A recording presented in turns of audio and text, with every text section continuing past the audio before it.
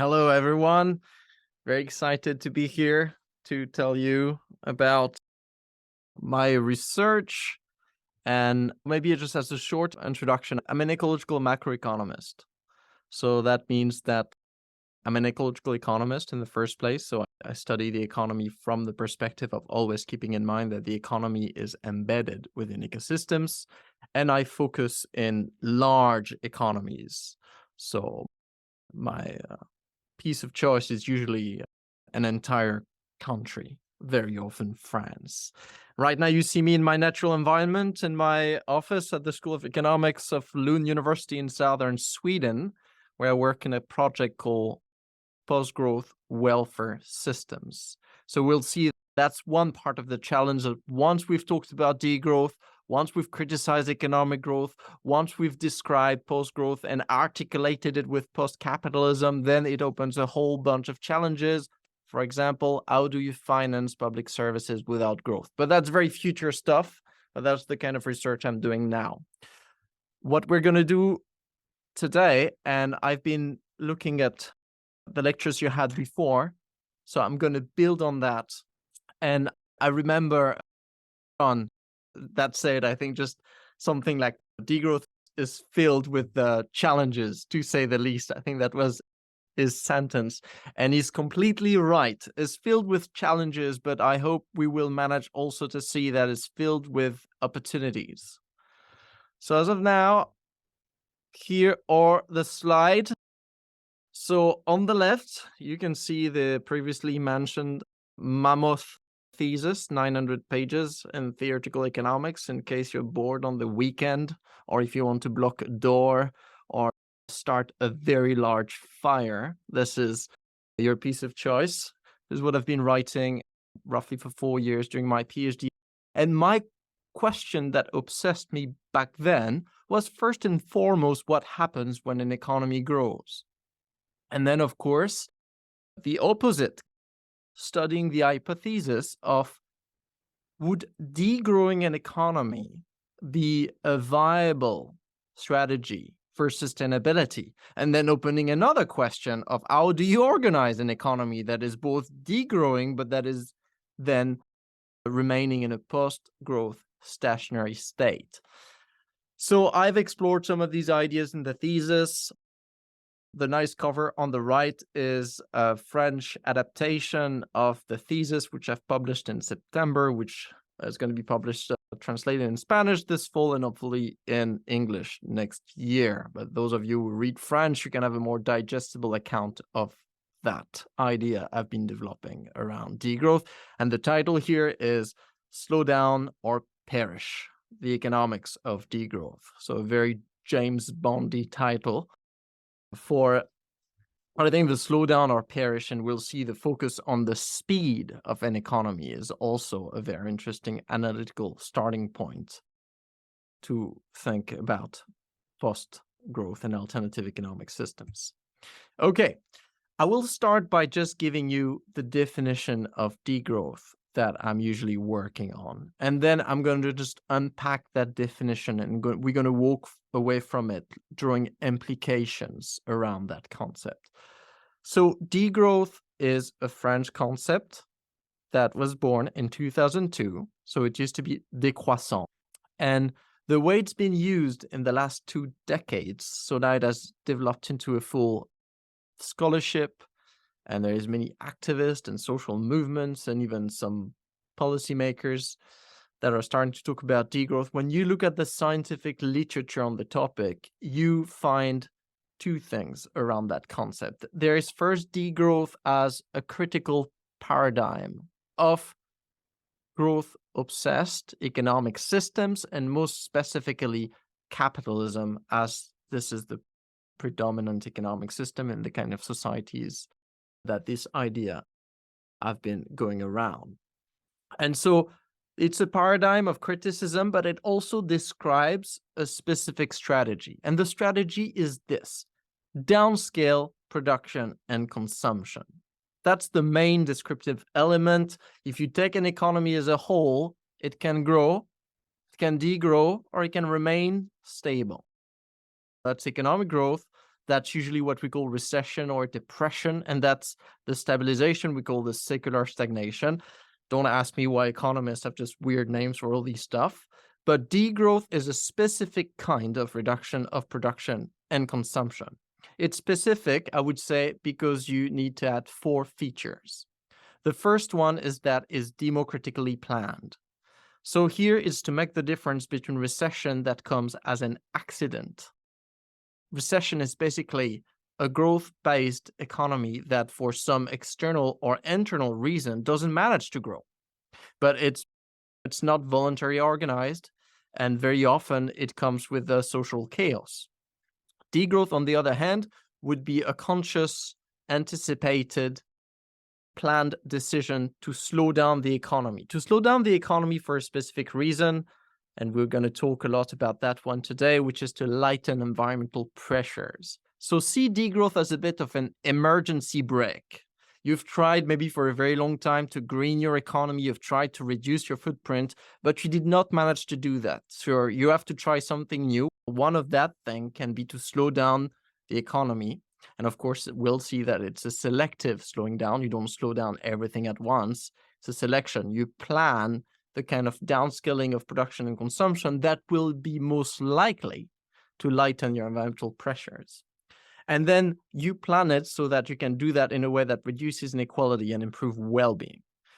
In the previous lectures I've been watching, we did not talk much about inequality, and we did not talk much about well-being. So I think in that presentation, I really want to focus on these 2 aspects. But first, we have to talk about green growth, of course.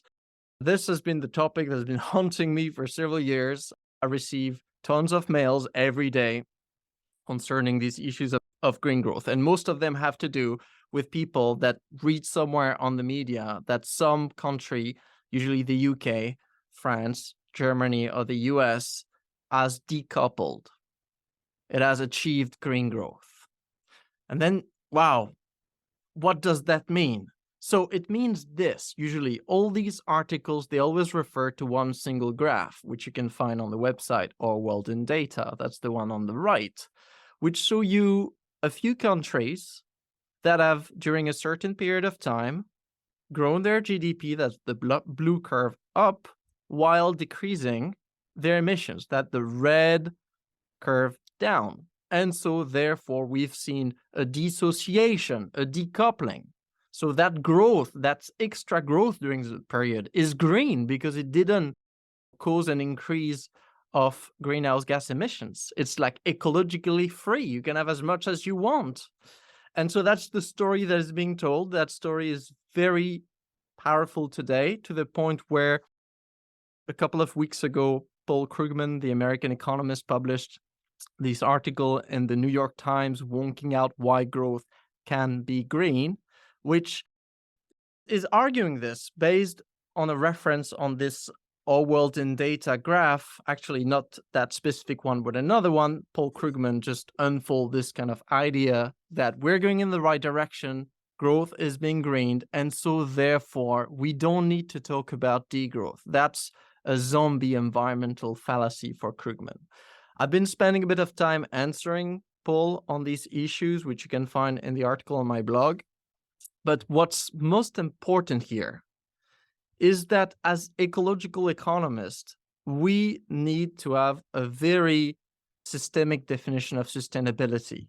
I know Nate has talked about it. Simon has focused on materials, showing that it's not only about carbon. So that's very important. For me as an ecological economist, I am obsessed with what we call throughput. So throughput is what you see here. This is the flow of natural resources going through the global economy. Every year, the global economy, so all human activities, extract around 100 gigatons of materials, biomass, fossil fuels, minerals, and metals. And these, they go through the economy. We use them to produce stuff. We exchange things, we transport, we use, and then part of that throughput stays in stock for a while, and part of that throughput gets rejected back into nature. It's all fine to talk about greenhouse gas emissions. That's one important issue. But that's a very small part of sustainability, which is a broader challenge.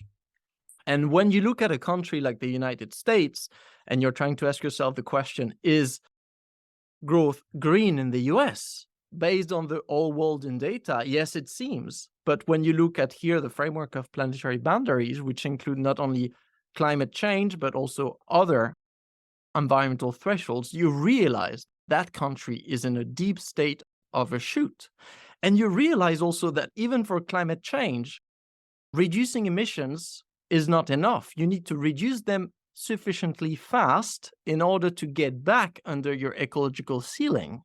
And so if you reduce them by 1, 2, 3% per year, that doesn't make your growth green. That doesn't make your economy decarbonized. That doesn't make your economy sustainable. It just makes it slightly better than it was. But there's no guarantee on overall systemic sustainability. So these arguments alone suffice to falsify the green growth hypothesis, because when you take into account all the diversity of pressures an economy has on its surrounding ecosystems, there's no country in the world at any period in time that has managed to fully decouple, meaning to produce more without either extracting more or polluting more, or very often both at the same time. So that's right now a message that I think makes sense if you're a natural scientist, even if you're an engineer. If you're an economist, you're gonna have some palpitations and you're gonna fall off your chair. But I think this is the starting point of the degrowth discourse, is to be, wait, okay, if we look at what we've managed to do while growing our economies, and if we acknowledge that this is not enough, we need to do more. And that thing more could be to reduce production and consumption. So here the degrowth discourse builds on these assumptions that green growth is not enough. But now, the way I've talked about this, and we could spend ages talking and debating the numbers, I don't think it will be very interesting, and I do this a bit in the Paul Krugman piece. But we need to look at two blind spots in that green growth discourse. And I think these two are going to open up a lot of opportunities we were not seeing before, just when we were trying to do one simple thing, which is to decouple economic growth from greenhouse gas emissions. So here we broaden up. Let's talk a tiny bit about inequality. Economies have different metabolisms. The one I've showed you at the beginning was for the world, and we've seen the one for the US, but you can do the one for, you can do this for the European Union, you can do it for a single country, you can do it for a city, you can do it for a region. So here we see that countries, they find themselves in different situations, which is one first way to start to understand that the challenge of reducing environmental footprints is going to be proportional, sorry, the French is coming out, proportional to your ecological overshoot. Degrowth in the US and Canada and Australia is going to be massive. It's going to be smaller in France and Denmark, and in Costa Rica, for example, there is barely any need for downscaling of production and consumption because that economy has not yet overpassed planetary boundaries. So it's more an issue of stabilization. And on the other hand, we see in other countries here, Pakistan, Madagascar, Cameroon, we don't talk about degrowth in the same way that you don't talk about doing a diet when you're underfed. Here, the challenge is rather how can you produce and consume more in a way that is not going to just increase your ecological footprint too much. So we have rather the challenge of green growth here. And so first, this perspective allows us to divide between different categories of countries. And I think that was the first argument when décroissance came out as a concept in 2002. These people, they were critical of sustainable development. And what they argued was that in order to have sustainable development in global south country, here that's the grow category, the countries with low human development index on that graph, we need to have available resources, energy, materials, climate space, biodiversity, water. And in order to have that, we need to downscale the production and consumption of rich countries, here shift countries, but I would call them degrow countries. So we can do this categorization, which is our first level I think, of taking inequality into account, of focusing on certain countries that need to degrow, especially to liberate resources so that other countries can grow. But then we need also to go down at the level of individuals, because inequalities, when it comes to environmental pressures, they transcend national boundaries. So that number is very important. If you look at the right, that the top 10% richest individual in the world, they own, and that's the blue bar, they own 76% of world wealth. To roughly, what does that mean? To be in that category, you need to earn more than 3,500 euros per month, and you need to own more than 120,000 euros, okay? And so that top 10% of the world is responsible for half of planetary emissions. And that 10%, that minority, is going to suffer only 3% of climate cost. If you go to the left side of the graph, you see its opposite situation for the bottom of the world population. They own 2% of world wealth. They are responsible for 12% of world emissions, and they will suffer 75% of world emissions. That also allows us to have a degree of proportionality that is not only based on nations, but that is also based on individuals, based on their unique place in that system, and especially based on their individual ecological footprints. I'm going to drop a concept here that scares many economists. It's the concept of an imperial mode of living. Here, very often we depict economic growth as the result of genius entrepreneurial activity in early industrialized countries. But we don't often realize that the realization of that growth, which is an increase in levels of production, is dependent on a mass appropriation of energy, resources, and labor time from places where it is available. In France, we don't go digging for fossil fuels and cobalt around Paris. We just import it from elsewhere. And so here we enter a bit of an issue from a global justice perspective. Somehow, even the concept of green growth here, if we don't manage to completely green it, then we have a direct opposition between the challenges of sustainable development in the global south, as represented by some of the sustainable development goals, eradicating poverty, hunger, energy security, all these kind of things, come straight against SDG 8, which is the pursuit of economic growth, and especially here, the pursuit of economic growth in already rich nations.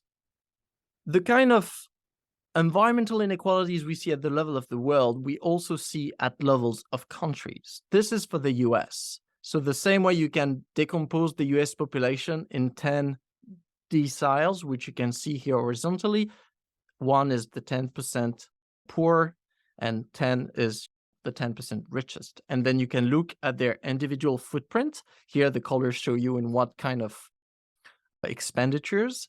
And then you can calculate the proportion of these deciles in national emissions. So for example, you get these numbers that the top 10% most polluting Americans are responsible for 24% of total emissions. So here they also give you a sense of proportionality in more specifically locating where pressures are. Because at the end of the day, if you want to reduce emissions or any environmental pressures, you first need to locate where that pressure comes from. So that's why inequality matters a lot. It matters a lot, not only from the matter of effectiveness, it also matters from the matter of fairness, in the sense of if you want to reduce energy use, or here, let's say greenhouse gas emission in the US, you're not going to focus on shrinking the emissions of the bottom 50%. Not only is that not effective because they're only causing less than a third of national emissions, it would be much more effective to focus on the top 10%. Because it's less people, but also because people in a situation of economic vulnerability are the least able to cope with a shock. And so that will put them in a situation of vulnerability even worse. Whereas like the people that are on the right side of the scale, they have the means of being able to just undergo radical, fast changes in behaviors and lifestyles. So that was a little point on inequality. And let's now talk about well-being. The goal of decoupling economic growth from anything is obsolete. That's the claim I'm going to develop here. It's obsolete because economic growth as an economic category is obsolete. Economic growth is not progress, it's not innovation, it's not a very qualitative concept of development. No, economic growth is only one thing very specifically. It's increase in gross domestic product, an indicator that was created in the 1930s and that is having so many flaws right now that I don't think it should be used as an indicator of prosperity as it is. And so even when you look at this ranking of the happier countries in the world, and we'll then see a study with more indicators, but just that shows you that GDP per capita only explains a portion of quality of life. And you have countries like Costa Rica here that manage to have a quality of life as important as others. Here, we would see, for example, Spain with a portion of their GDP per capita. So the goal of decoupling economic growth seems to be a misfocus. We should rather try to decouple well-being directly from environmental pressures. And then I want to show you one of my favorite study that has been trying to do exactly this. Instead of focusing on decoupling economic growth from carbon, which is obsolete because GDP is not an indicator of prosperity and because carbon is only one part of the sustainability transition, let's look at the decoupling of well-being from environmental pressures. On the vertical line, you have measures of quality of life using 11 indicators of standards of living. That's the one inside of Kate Raworth donuts. Levels of education, life expectancy, subjective well-being, quality of institutions, available income. You have a bit of a mix of everything. The higher you are on that graph, the highest your quality of life in comparison to other countries. On the horizontal line, you have an estimation of ecological footprints. So the more you're towards the right, the more you have overshot your planetary boundary. You see the US, Australia, Canada, they're just at the top right. They have very high quality of life based on these 11 indicators, but they've overshot all their planetary boundaries. And the little trails you can see just linked to the points, each point is a country, is actually the trend from 1992 to 2015. And so now when I look at this, I think the challenge is how do we get to the top left? You see that target? That represents highest quality of life and lowest overshoot. If you stay under the zero, it means you have not overshot any planetary boundaries, which is a very good definition of sustainability. And we see that certain countries are better at doing this than others. Costa Rica and Mauritius, for example, have interesting pathways of development. They manage to just raise their quality of life without making their footprint heavier. On the other hand, you have the United States or Australia and Canada that manage not to increase their quality of life or even to decrease it, while also making their footprint much, much heavier. You can also compare countries. You can see Germany, Austria, South Korea having similar quality of life than the US, Canada, and Australia, but with much smaller footprints, which again is another way of showing you that you don't need to have a massive footprint in order to have high quality of life. It's not a matter of quantity, it's a matter of quality. It's a matter of organization. It's a matter of what do you do with that throughput. And so here, the point I'm making, and I'll let you choose your favorite analogy, is that the pursuit of economic growth is pointless at this point.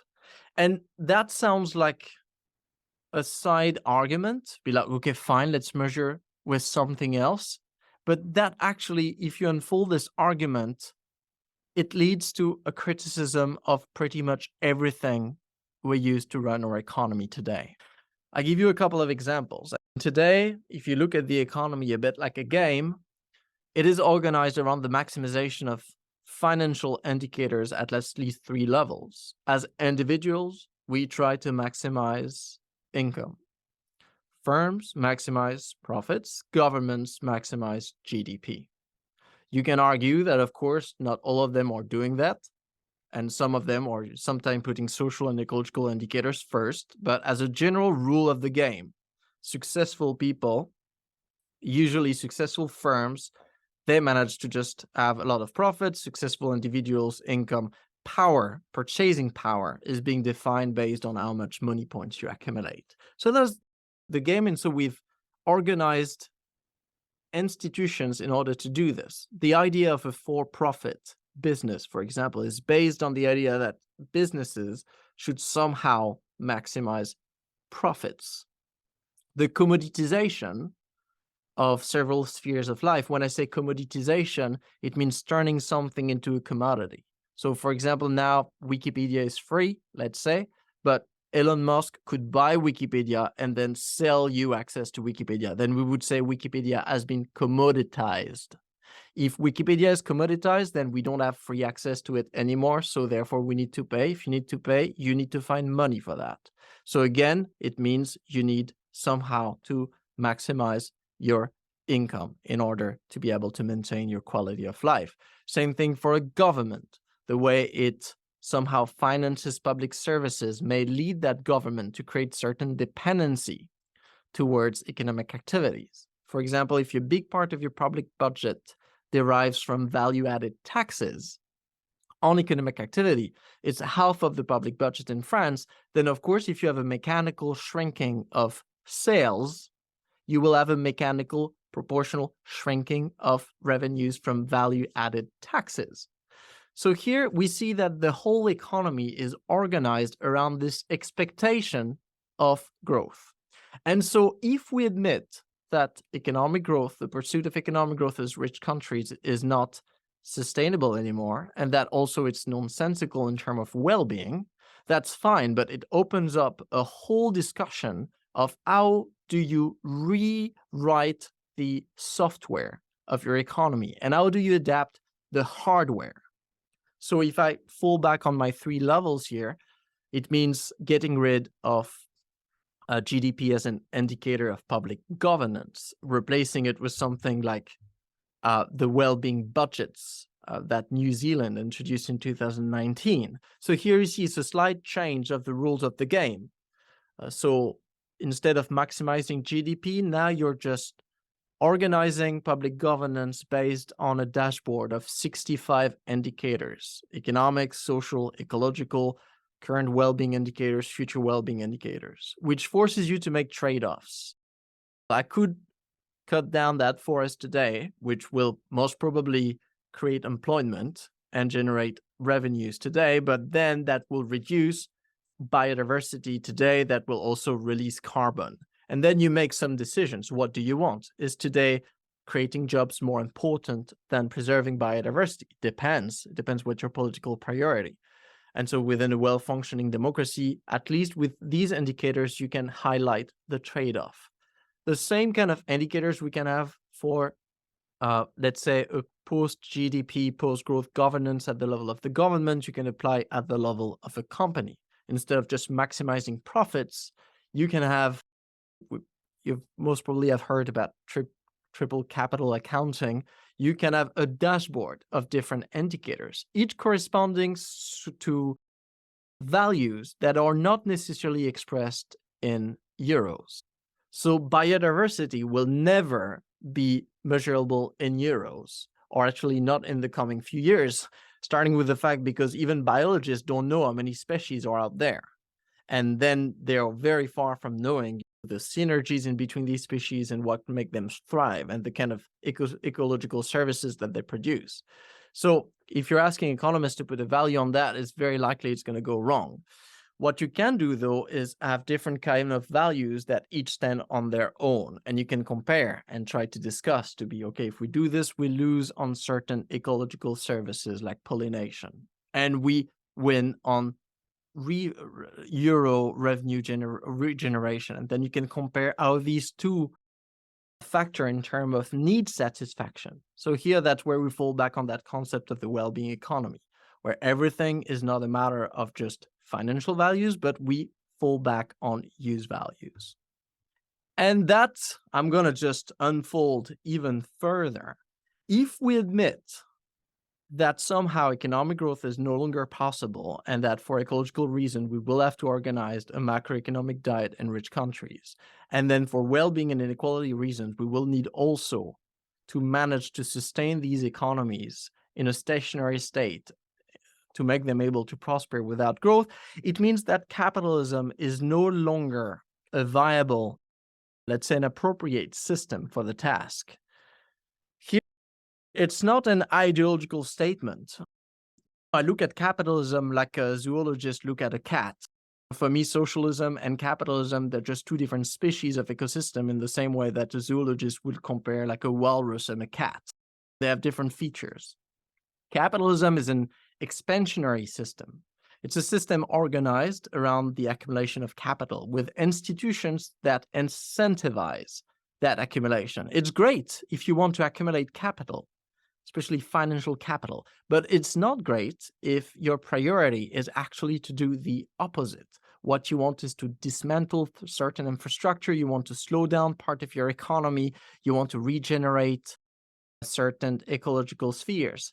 And so it means that when we're talking about degrowth, we're also talking about post-capitalism. We're talking about inventing a system that could allow us to prosper without economic growth.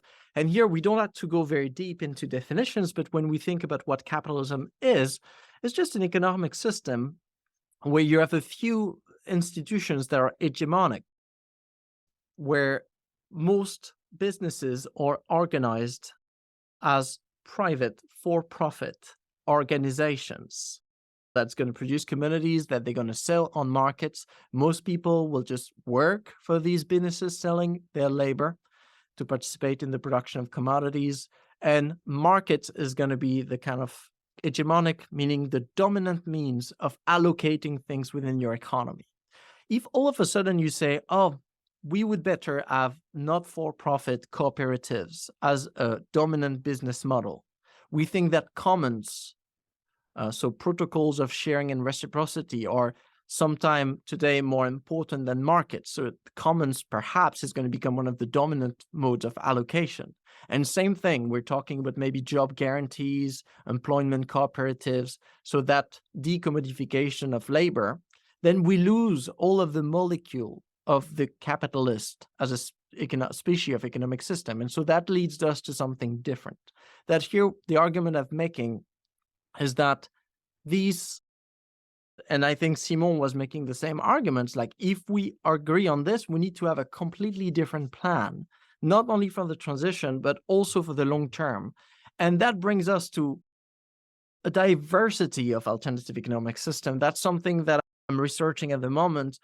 I like to call it alternative economic frameworks or economic utopias. So that we need today, and we'll see that there's a lot of opportunities, I think, for investment in creating, nurturing, educating our imagination for these post-capitalist frameworks. There's been many that have been proposed, each of them has strengths and weaknesses.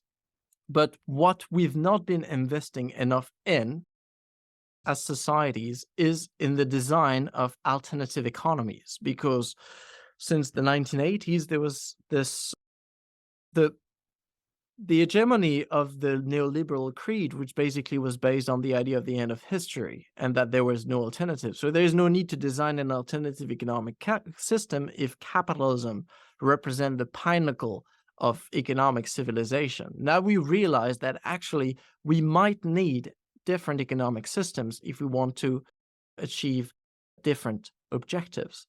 And so we have to think of that, and we have to think also of transitions, of pathways, of what do we need to do in today's system.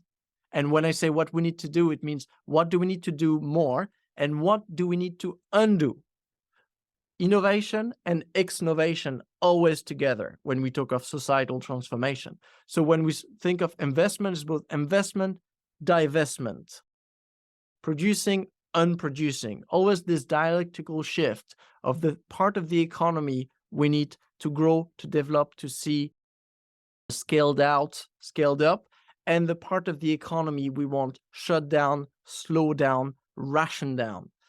And so that's the discussion here. And that leads me to perhaps the last concept. So remember, I've opened this whole thing describing degrowth as this transitional concept that can help us to think that moment where we will need to problematize economic growth in our collective imaginary, and drawing on these conclusions where we would need to organize a democratic slowdown of the economies of rich countries. But then that degrowth is not going to happen forever, because it's a diet. So you're not degrowing a country until you cease to exist. It's just you're degrowing it just enough so that you can fall back within under your planetary boundary, when you can come back in harmony with nature. Then you shift to a model of what Herman Daly, an American ecological economist, was writing about already in the 70s, which is a steady state economy. So the steady state economy is an economy that is embedded within the carrying capacities of its surrounding ecosystems. You can have economic growth to the extent of whatever technological progress you have.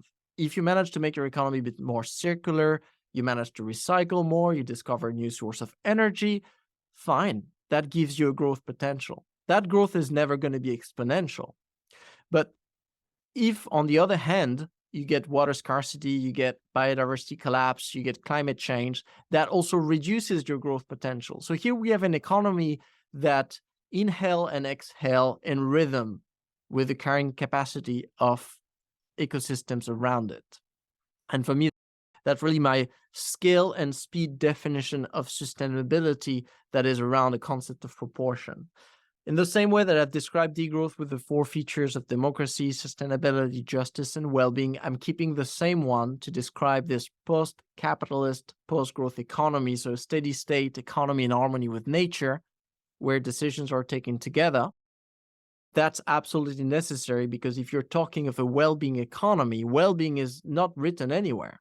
It's easy to maximize income, profit, and GDP because these are monetary indicators, they're quantitative. And they're also abstract.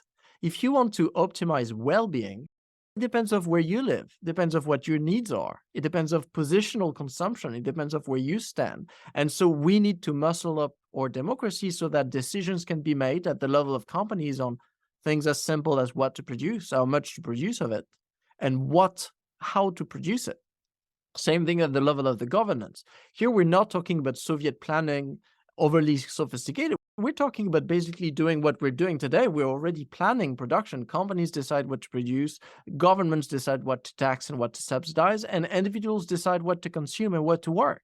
But we're talking of doing that with different indicators and with perhaps a bit more cooperation, so that we don't end up in situation of collective failures concerning, for example, biodiversity collapse or climate breakdown.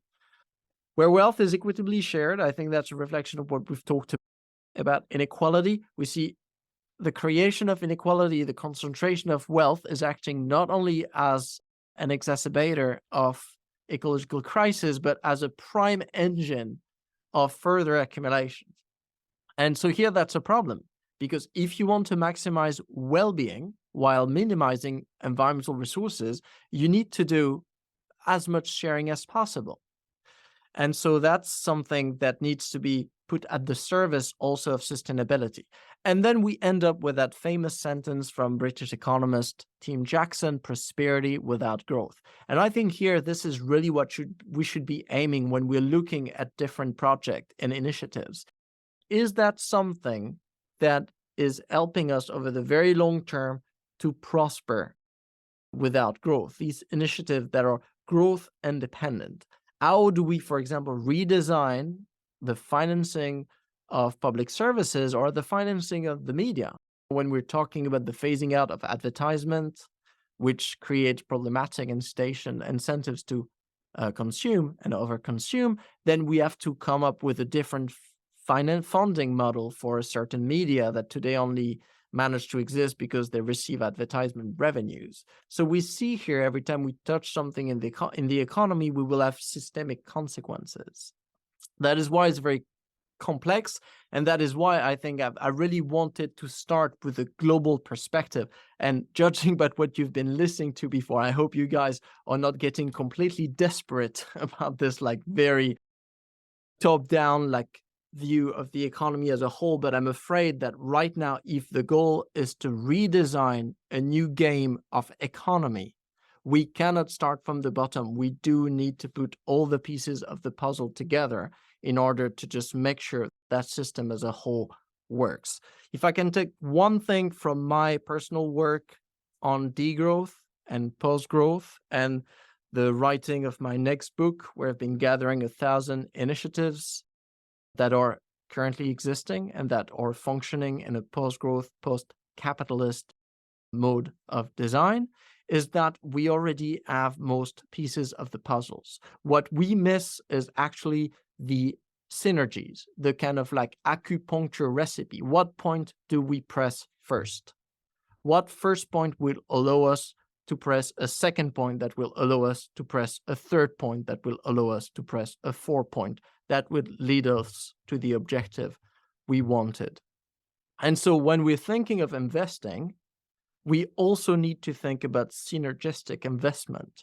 So what are all the other investments that are connected to this? And how do I fit in an investment chain?